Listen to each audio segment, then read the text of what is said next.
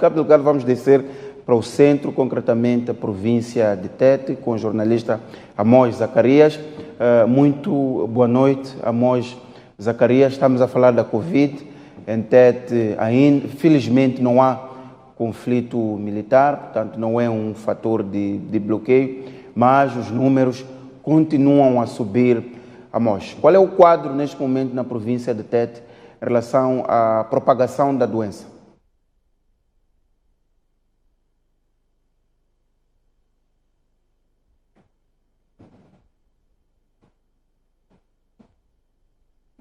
Bom, dificuldades de ouvir Amós Zacarias.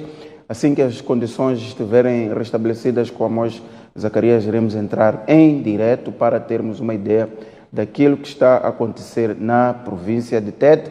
Já está em condições, Amós já se consegue ouvir o que coloca. Boa noite, Amós. Eu pedia que nos traçasse a fotografia da província de Tete, faça a propagação da Covid-19. Sim, boa noite Mucipo, boa noite ao auditório da STV Notícias, principalmente de noite informativa. Eu dizia que a província de Tete hoje está entre as 5 províncias no país com o maior número de casos já reportados da Covid-19. São, neste momento, 48 casos registrados ao nível da província de Tete.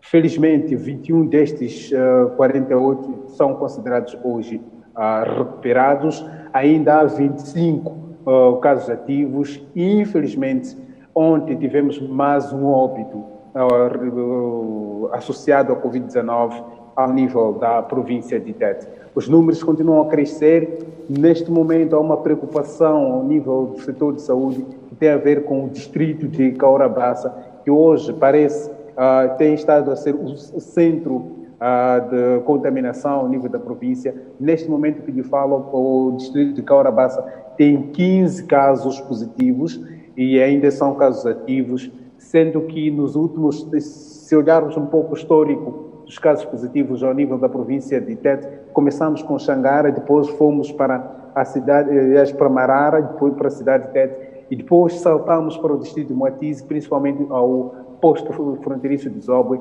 e agora a atenção toda está virada para o distrito de Caurabaça, que está a ter, cada dia que passa, o maior número de casos positivos para a Covid-19.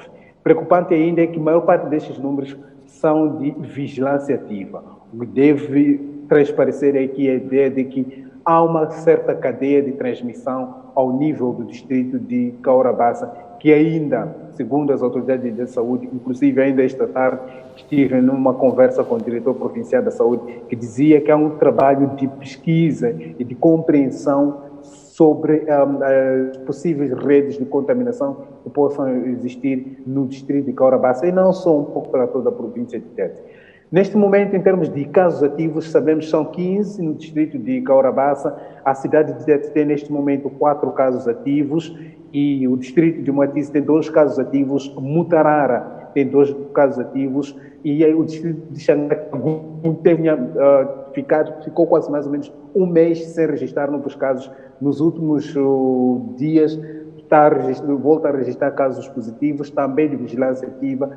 Tem neste momento 3 casos ativos na província. Então, esta, em termos de números, é a fotografia que se tem da província de Tete e, muito provavelmente, e não só, e esta é a garantia do governo provincial, de que há um trabalho muito sério para tentar conter estas cadeias de transmissão ativas que existem na província, principalmente tendo em conta a questão de que os novos casos hoje, a maior parte deles, são de vigilância ativa, o que significa há aqui cadeias perdidas que devem ser controladas. Mucipo. Exato. Amós Zacarias, uma questão: o que pode estar a contribuir para que o distrito de Caurabaça seja a zona mais afetada pela Covid-19? Há alguma explicação? Ponto 1.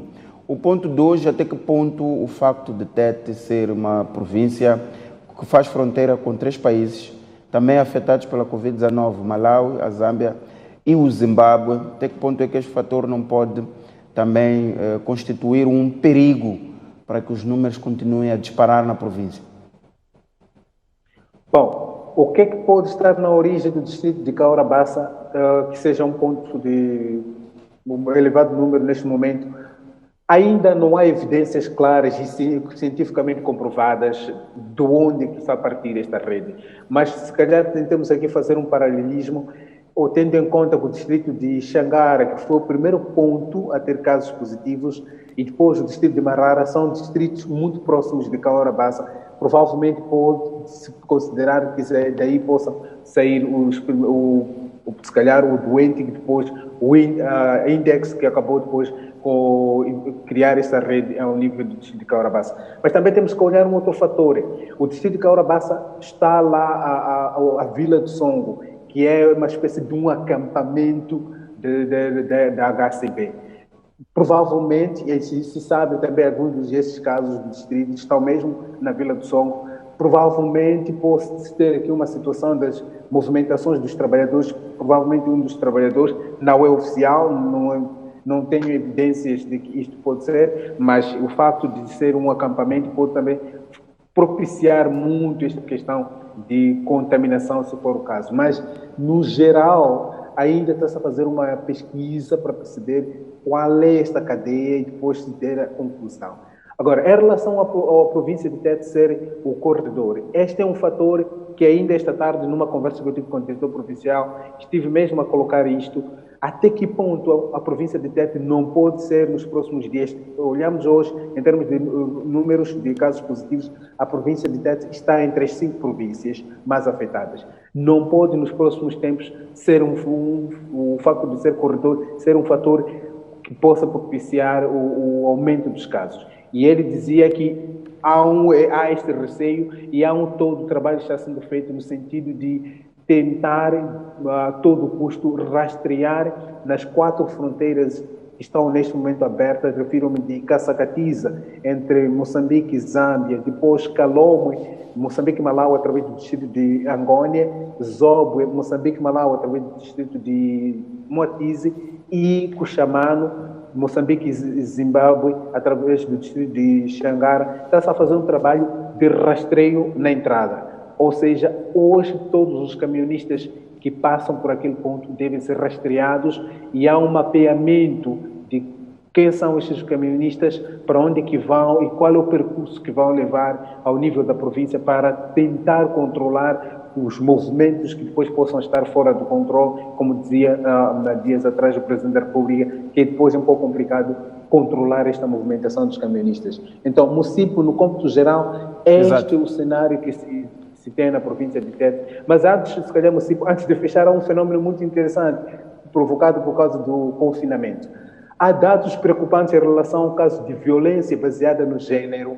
Dados que podemos ter hoje é que de 1 de abril a 30 de junho, a província de Tete registrou pouco mais de 250 casos de violência baseada no gênero.